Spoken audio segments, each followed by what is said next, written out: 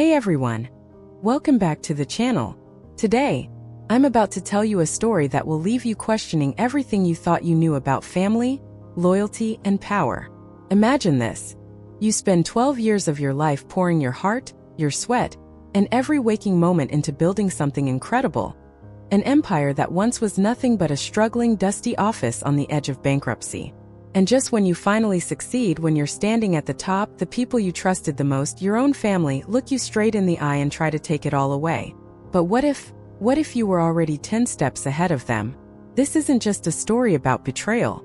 It's about a woman who spent 12 years playing the long game. A woman they called temporary, but who turned out to be unstoppable. So grab your coffee, sit back. Because what I'm about to share with you isn't just corporate drama. It's a masterclass in revenge, strategy, and what happens when you underestimate the wrong person. This is the story of Revenge Jessica. It's funny how a single sentence can shatter 12 years of your life. I spent over a decade building my father's company from nothing, turning it from a failing, forgotten logistics firm into a $75 million empire. I worked late nights when everyone else was sleeping. I missed birthdays, weddings, family vacations, all to keep Harper Logistics afloat. I negotiated every contract, fought for every deal, rebuilt every department. I didn't just run the company, I became it. And that night, at what was supposed to be a celebration of everything we had accomplished, my father destroyed it all in one breath. We were gathered in the grand dining room of the Harper estate.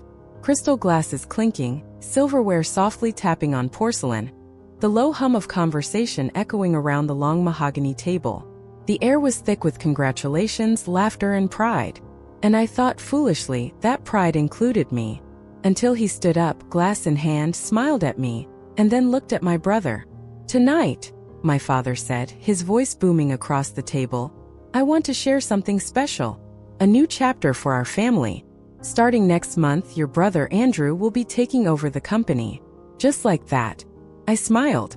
Of course I smiled. What else could I do? Years of corporate warfare had taught me how to keep my face still, how to swallow pain like a bitter pill without ever letting it show. But inside, I felt like the floor had dropped out from under me.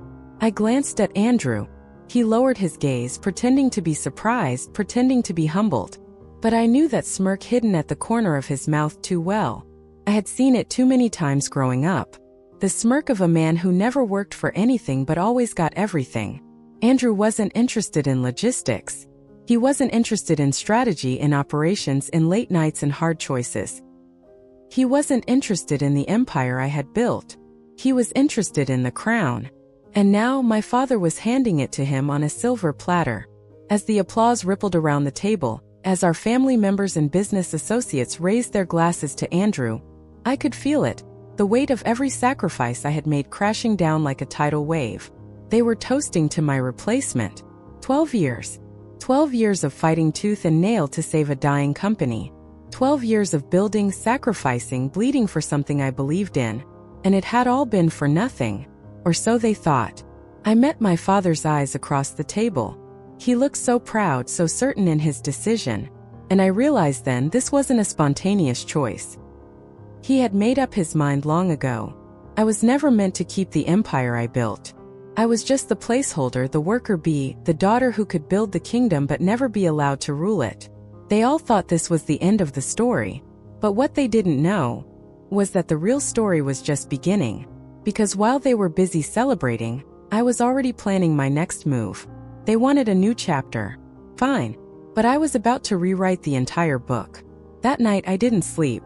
I lay there in the dark, staring at the ceiling, the words from dinner playing on a loop inside my head. "Your brother will take over now." It wasn't just a sentence. It was a verdict. A knife slipped neatly between my ribs by the very man I had spent my entire life trying to make proud. The room was quiet, but my mind was a storm.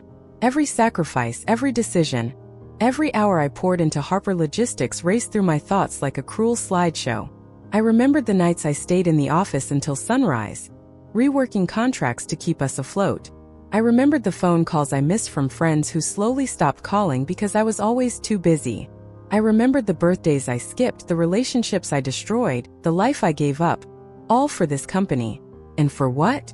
So my father could pass it to Andrew like a family heirloom he found in the attic. It wasn't even about business. It was about bloodlines, about tradition, about how my father still couldn't see past the fact that I was his daughter. In his eyes, I was the builder, not the heir. The one who could clean up the mess, but never the one who should wear the crown. That realization burned more than anything else. He hadn't made that decision last night. He'd made it years ago. I just hadn't seen it until now. But as the hours dragged by and the ache in my chest settled into something colder, sharper, a different truth began to rise inside me. A truth I had buried for far too long. They thought I would break.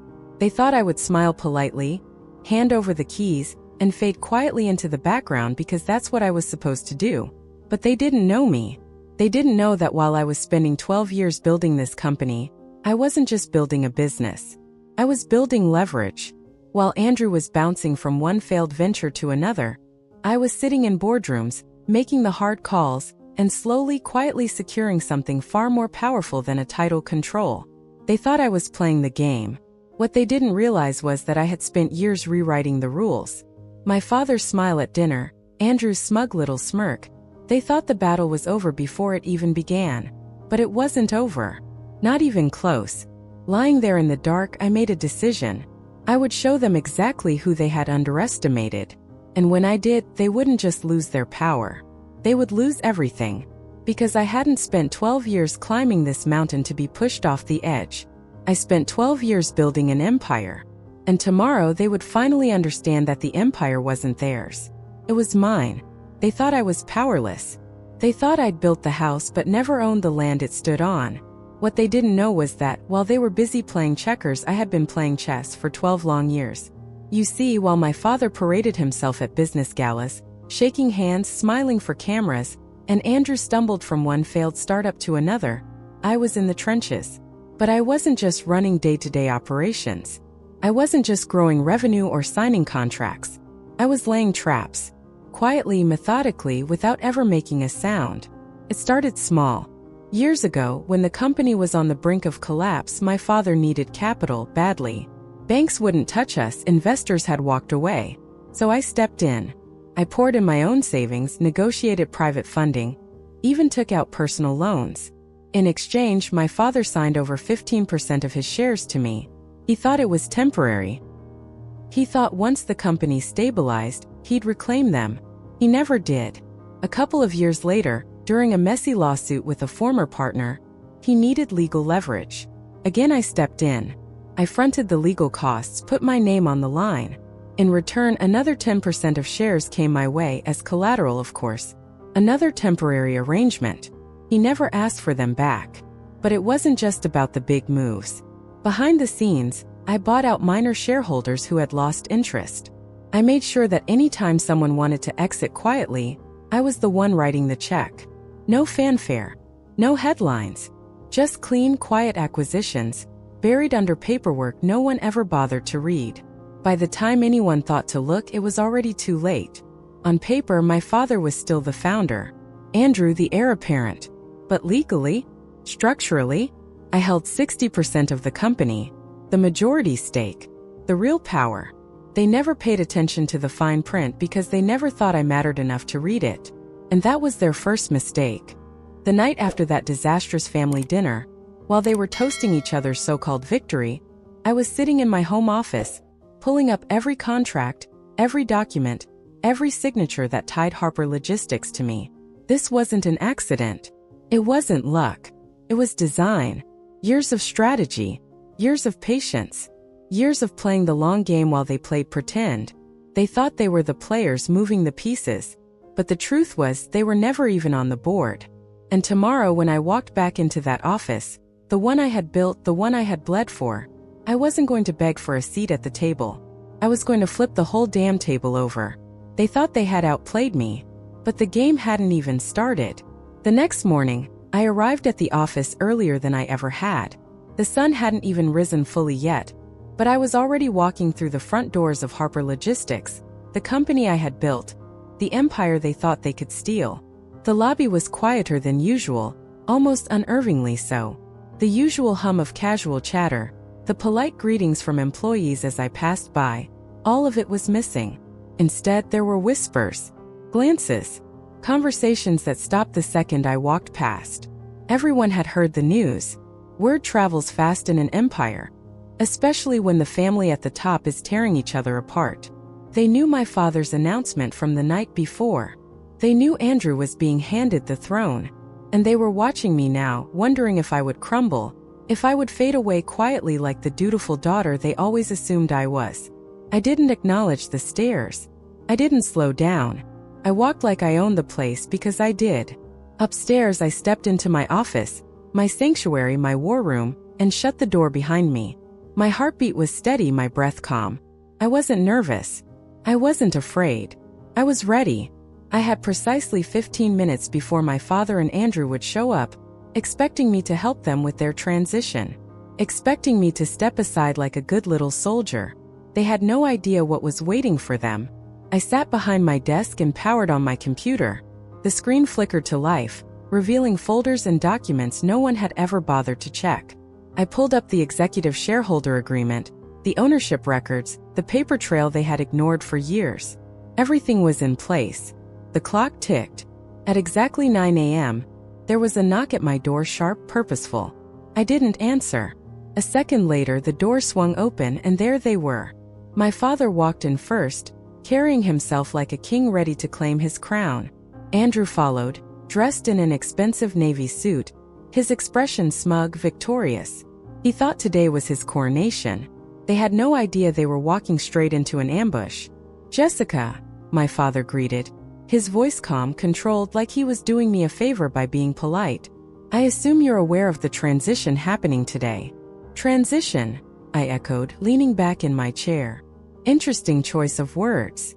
Andrew smiled, folding his arms like he was already sitting on the throne.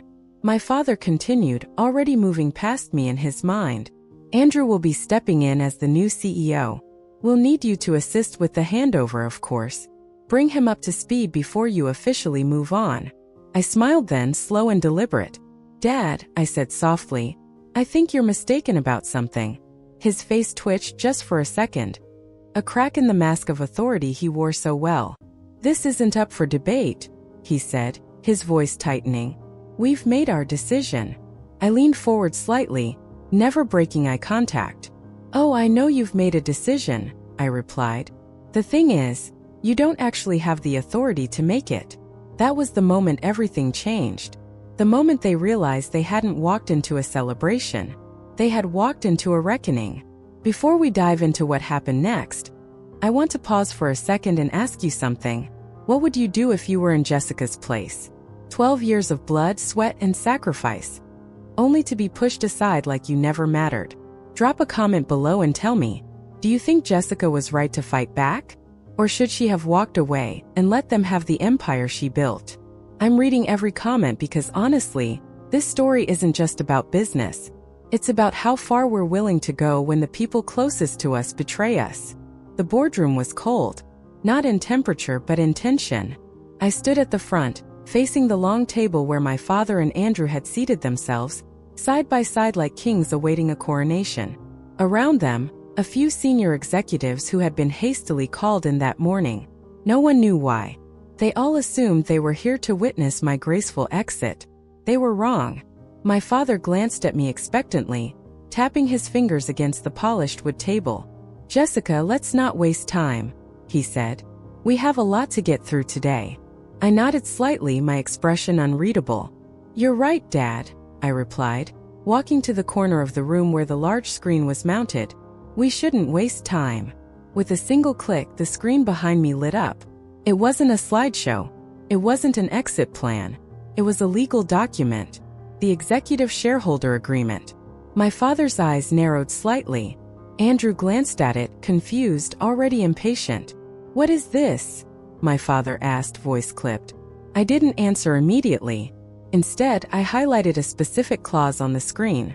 "This," I began, turning toward them, "is the agreement you signed back in 2015, when Harper Logistics restructured." Andrew scoffed, leaning back in his chair like he was humoring me. "We don't need to go over old paperwork." "Oh, but we do," I said smoothly. "Because this isn't just old paperwork. This is the foundation of who has authority in this company." I clicked again, zooming in on one particular section. The clause that stated any transfer of executive power required the approval of the majority shareholder. My father's jaw tightened. Andrew shifted uncomfortably, that smirk from this morning slowly fading. You see, I continued, while you've both been busy plotting this so-called transition, you missed something crucial. I pulled up another document. Over the years, I've quietly acquired shares. Remember when you needed emergency capital in 2017, Dad? You signed over 15% to me in exchange for the funds. I clicked again. And in 2019, during that ugly lawsuit, another 10% as collateral which you never reclaimed. The screen filled with signatures, dated contracts, legal filings. Combine that with the 35% I already owned? I smiled, cold and deliberate. That gives me 60%. Andrew's face drained of color. That's not possible. Oh, it's very possible, I said, turning fully toward them now. While you were both so busy deciding my future without me, I was quietly securing yours. My father sat rigid, eyes locked on the screen, the pieces finally falling into place in his mind. Jessica, he began, voice low, almost warning. What exactly are you saying? I met his gaze without blinking. I'm saying, I said calmly, you don't have the authority to make this decision anymore. I let that truth hang in the air, heavy and sharp. I do. Silence fell over the room like a thunderclap.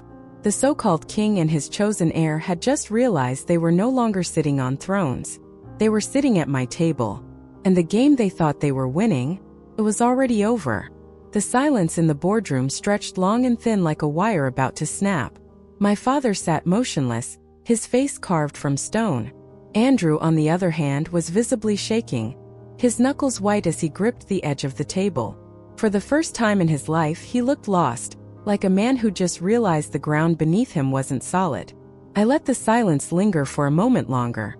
I wanted them to feel it, to feel the weight of the empire they thought they controlled slowly slipping through their fingers. Then I spoke. I know this isn't how you thought today would go, I said, voice even calm. So I'm going to make this simple.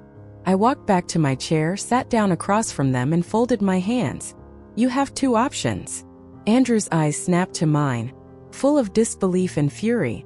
My father's gaze remained fixed on the screen, as if he could will the numbers to change. Option 1, I continued. Andrew, you can stay with Harper Logistics, but not as CEO, not as a decision maker. His mouth opened, but I held up a hand. You can stay as an advisor. You'll have a title, a generous salary, a comfortable position, but you will answer to me. Andrew's face twisted, but I wasn't finished. Option 2, I said, leaning forward slightly, voice low, deliberate. You can leave. I will buy out your shares at market value. You can take the money and build whatever fantasy empire you want without ever stepping foot in this building again. I let the offer hang in the air. Andrew didn't take long to react. His chair scraped loudly against the floor as he pushed back from the table. You're unbelievable, he spat, shaking his head like he couldn't believe what he was hearing. You think you can do this to your own family? I met his glare without flinching. No, Andrew, I said quietly. I'm not doing anything to my family. I'm protecting what I built from people who think they can take it without earning it. He looked to our father, desperate, waiting for him to intervene, to fight back, to fix this. But my father said nothing. For the first time, he was silent. Andrew's lip curled in disgust. Without another word, he stormed out of the boardroom, the door slamming behind him. I didn't watch him go. Instead, I looked at my father. He sat there, staring at the table, his shoulders heavier than I had ever seen them, the weight of years of tradition, of assumptions he never questioned pressing down on him. You underestimated me, I said softly. He didn't respond. He didn't need to, because everything he thought he controlled was gone. Everything he thought he had secured had never belonged to him. I stood, gathering the papers from the table, moving slowly, deliberately. They wanted me out of the company. They thought they could erase me from my own story. But what they forgot, what they never realized until now, was that I was never just part of this company. I am the company, and I always have been. I thought the battle ended in that boardroom. I was wrong. By the time I walked into the office the next morning, the war had already begun. Not with contracts or official announcements, but with something far more dangerous. Whispers. It started subtly. A shift in the way people greeted me. The warm smiles from employees I'd worked alongside for years became tight-lipped nods. Conversations stopped when I walked past.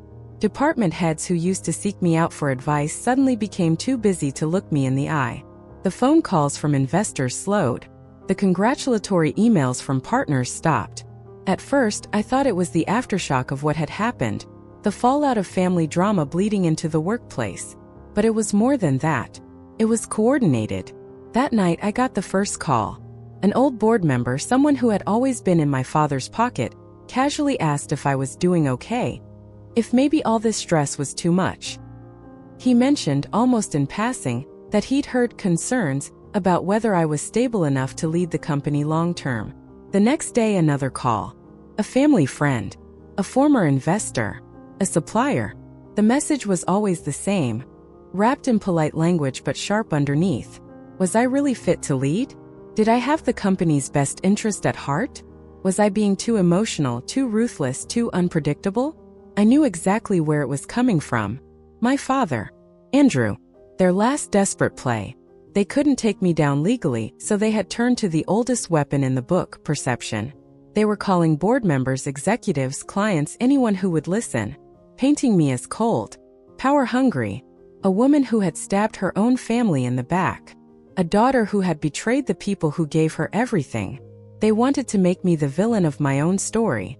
And worse, it was working. I could feel the company shifting beneath my feet, employees walking on eggshells, investors hesitating, senior managers holding secret meetings behind closed doors. This wasn't business anymore. It was war. A whisper war. And it was far more dangerous than anything that had happened in that boardroom, because whispers don't leave a paper trail. They don't come at you head-on. They slip into the cracks, undermine you quietly, until one day you look up and realize the empire you fought to protect is standing on quicksand. But if my father and Andrew thought they could drown me in doubt, they clearly hadn't learned a damn thing about me. They thought they were tearing me down. What they didn't realize, they were giving me permission to burn everything down and rebuild it on my own terms, and I was about to do exactly that. I didn't wait for the whispers to swallow me. The moment I realized what they were doing, the subtle sabotage, the carefully planted seeds of doubt, I called an emergency executive meeting. I wanted them all in the same room. The senior board members, the department heads, the executives who had been avoiding my gaze in the hallway, who had started taking calls behind closed doors. If they wanted to question my leadership, they would do it to my face. That afternoon, I walked into the boardroom like I owned it, because I did. The air was thick with tension. Some looked away when I entered. Others watched me too closely, waiting for me to crack, to lash out, to prove the rumors true. I didn't. I sat at the head of the table, calm, collected, controlled. Let's not waste time. I began, my voice cutting clean through the room. I know what's been happening. The room shifted. Some exchanged nervous glances. Others stiffened in their chairs. You've heard the whispers, I continued. You've been approached, offered promises, incentives, asked whether I should remain in this chair. I let the words settle, the silence stretch. Let's clear the air. With one click, the screen behind me came to life. Slide after slide, charts, graphs, cold hard numbers. Under my leadership, Harper Logistics had grown by 300%. We had expanded into 6 new markets. Profits were at an all-time high. Operational costs had dropped by 30%. Every metric, every financial indicator pointed to one undeniable truth. I wasn't just fit to lead this company. I was the reason it was still standing. I turned back to the room, meeting each pair of eyes one by one. Anyone who wants to claim I'm not capable can explain why these numbers say otherwise. Silence. But I wasn't finished. I clicked to the next slide. A list of names, dates, phone call records. I also know, I said evenly, that certain individuals in this room have been contacted in the past 72 hours. Promise favors, promotions, financial incentives, in exchange for helping push me out. I let the accusation hang there, heavy and sharp. The executives shifted uncomfortably. One of them, an older board member named Harold, cleared his throat, glancing around nervously. I received a call, he finally admitted. From your father. He asked if I would consider supporting a leadership transition. I nodded slowly. And what did he offer you in return? Harold hesitated, then glanced down. A seat on the new board. A percentage increase in shares. There it was. Proof. I stood, gathering the room's attention fully. My father and brother can't take this company legally. So now they're trying to tear it down from the inside. I leaned forward slightly, voice dropping to something sharper, colder. If anyone here wants to side with them, now is the time to make your move. No one spoke. No one moved. Good. I straightened, collecting my papers. Tell them this, I said, my voice cutting through the tension like a blade. If they want to fight me, they better be ready to lose everything. Then I walked out. The war wasn't over. But I had just made it clear who was going to win. If I thought the boardroom ambush would be the end of it, I was wrong. My father and Andrew didn't go quietly. Within 48 hours, the headlines hit the business news like wildfire. Press releases, opinion pieces, carefully crafted articles, all saying the same thing. Jessica Harper cold, ruthless, unstable, a daughter who betrayed her own family to seize power. They painted me as the villain of their fairy tale. A woman too ambitious, too controlling, too dangerous to lead. They weren't subtle about it. The statement from Harper Sr. was dressed in soft, fatherly language, but every word was a dagger. Leadership transitions are difficult, he wrote. And while we had hoped for a smooth, family-oriented solution, recent events have forced us to reconsider the company's direction. We remain committed to the values that built Harper Logistics. The message was clear. Jessica is unstable. Jessica is dangerous. Jessica can't be trusted. And it worked for a moment. The calls started coming in. Investors wanting reassurance. Board members asking for private meetings. Employees wondering if everything they'd heard was true. My father had been building his public image for decades. Andrew knew how to play the victim. The son cast aside by a power-hungry sister. They wanted me isolated, cornered, drowning under the weight of public doubt. But what they didn't realize was that I'd been preparing for this war long before they even knew they were fighting it. They wanted a public battle? Fine. I'd burn the entire narrative to the ground. That same night I made one phone call. To an old friend in investigative journalism. Someone I knew wasn't afraid of powerful men. I have something for you, I said. And when you see it, you'll understand why they're trying so hard to get rid of me. Within an hour I sent over everything. Years of internal records. Financial statements buried in dusty folders. Emails they thought had been deleted. Reports of mismanagement, secret debts, bad deals my father had quietly swept under the rug to keep his empire intact. All the mess I had spent years cleaning up while they stood in front of cameras pretending to be visionaries. The article dropped 2 days later. The headline blared across every business outlet in the country. Behind the empire. How Jessica Harper saved Harper Logistics from financial collapse. The story was brutal, not because it was cruel but because it was true. It exposed the years of reckless decisions, the financial cover-ups, the crises no one outside the boardroom had ever known about. And it credited one person for saving the company, me. The narrative flipped overnight. I wasn't the villain anymore. I was the architect, the savior, the woman who had dragged Harper Logistics back from the brink, while her father and brother played games with power. The calls from investors changed. The employees stopped whispering. The board members stopped questioning. Because now the world finally saw the truth. And more importantly, so did my father. In the end I won. It didn't happen with a bang or a dramatic showdown. It ended quietly, the way most wars do. Not with noise but with surrender. 2 weeks after the media storm, my father called a final board meeting. No speeches. No arguments. Just a single sentence. I'm retiring. He announced he would be selling his remaining shares. He would step away from Harper Logistics for good. The man who had spent his life building this company finally realized it wasn't his anymore. Andrew didn't show up to that meeting. He was gone. After everything fell apart, he took the buyout I offered and disappeared from the public eye. No press statement, no goodbye. Just vanished like a shadow when the lights come on. For the first time in years, the office felt quiet. There were no more whispered conversations behind closed doors.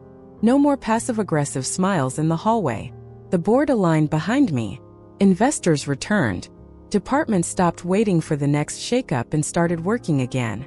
Within 6 months, the numbers spoke for themselves. Harper Logistics surpassed the $100 million mark. We expanded into 3 new markets. Our revenue shattered every previous record. On paper, it was a victory, a perfect, airtight victory. But the truth? Victory doesn't always feel the way you think it will. The headlines faded. The board meetings became routine. The empire I had fought so hard to protect was thriving, but the people I had fought against were gone. My father, my brother, my family. And in the quiet moments, sitting alone in my office at the top of the glass tower I had built, I couldn't ignore the cost of what it took to win. I had spent 12 years trying to prove myself to them, trying to earn a seat at a table that was always rigged against me, trying to make them see me. And when I finally did, when I made sure they couldn't ignore me, they weren't there anymore. I didn't miss their approval, but I missed the idea of it. I missed the version of myself who thought that if I worked hard enough, if I bled enough, I would be enough for them. That version of me was gone now, and maybe that was the real cost. I built this company. I saved it. I secured my legacy. But the thing I fought hardest for was never the title. It was never the money. It was the hope that one day my father would look at me and say, "You did it." He never did. And now he never would. But that's the thing about power. Once you stop looking for permission, it's yours. As I sit here today, at the top of an empire they tried to steal, I realize something. In the end, I wasn't fighting for their approval. I was fighting so no one could ever take away what I built ever again. And that is the story of Revenge Jessica, the woman they tried to erase, but who became impossible to ignore. Thank you so much for staying with me until the end of this roller coaster. If there's one lesson I hope you take away from this story, it's this. Never let anyone decide your worth. Not even your own family. Power isn't something they hand to you. It's something you build brick by brick, through every sleepless night, every sacrifice, and every time you refuse to give up when the world tells you to step aside. Now, I'd love to hear from you. How did this story make you feel? Did you root for Jessica? Did her choices shock you? Drop your thoughts in the comments below because your voice matters here. And hey, if you enjoyed this story and want to hear more tales of betrayal, power, and unexpected victories, don't forget to like, share, and subscribe. There are many more stories waiting to be told. And who knows? The next one might just change the way you see the world.